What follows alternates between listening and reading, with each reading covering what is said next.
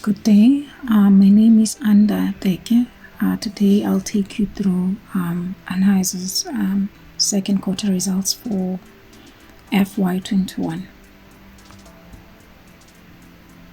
Just starting off with our executive summary, the company had solid results with a beat in terms of expectations as well as revenues.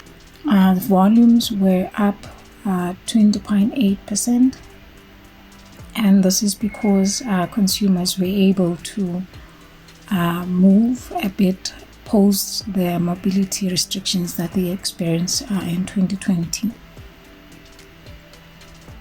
Pricing was also solid, up 5.6%, boosted by Americas, so that's Middle as well as South America. Overall, GP margin expanded by 156 basis points to arrive at 57.8%. This is, I think, reflective of the strong pricing as well as limited growth in cost of sales.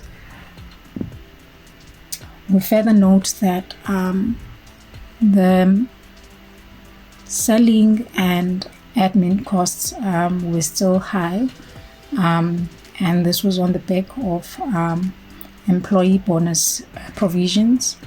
That speaks to the Zenzele Kabili scheme that was started last year in May, as well as higher marketing costs, and this is because of the digital initiatives that were started to combat the COVID supply chain issues. So overall, we're still overweight on the stock. We'll just go through the presentation and I'll try to dissect the results further. So as I said before, revenue was up 27.6% for the quarter. Of this, volume was up 20.8%. And pricing followed at 5.6%. Overall, EBITDA was up 31%, with normalized EPS up 106%. The net debt to EBITDA of the company also improved to 4.4 times. Down from 4.8 times that we saw in December.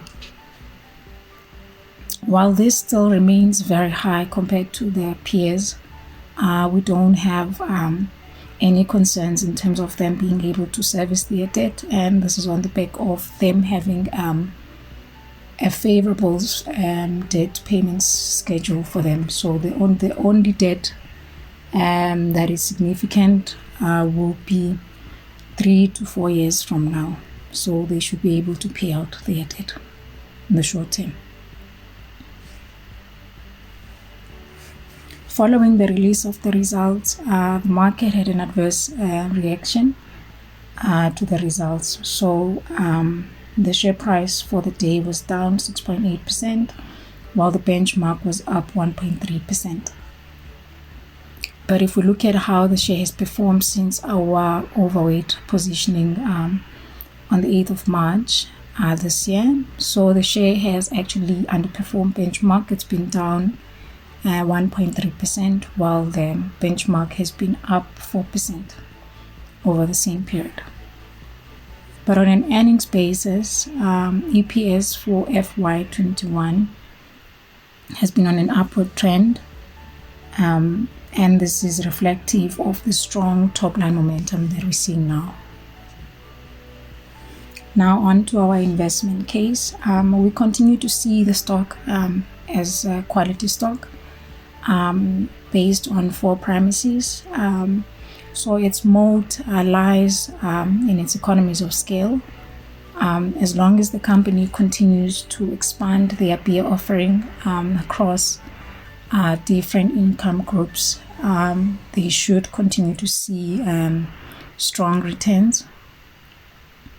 While there are concerns over rising input costs across the the whole sector, that is staples. We think that the main catalyst for ANH for margin recovery will be channel mix, as well as pricing recoveries in areas where the company has historically focused on volumes. This speaks more to the emerging market space. Also, when we compare ANH to the close counter, which is Heineken, we're seeing a very wide gap in terms of their margins. That is both the gross profit margin as well as the EBITDA margins. And we don't see that gap closing anytime soon. I will speak more on this when we release the Heineken report.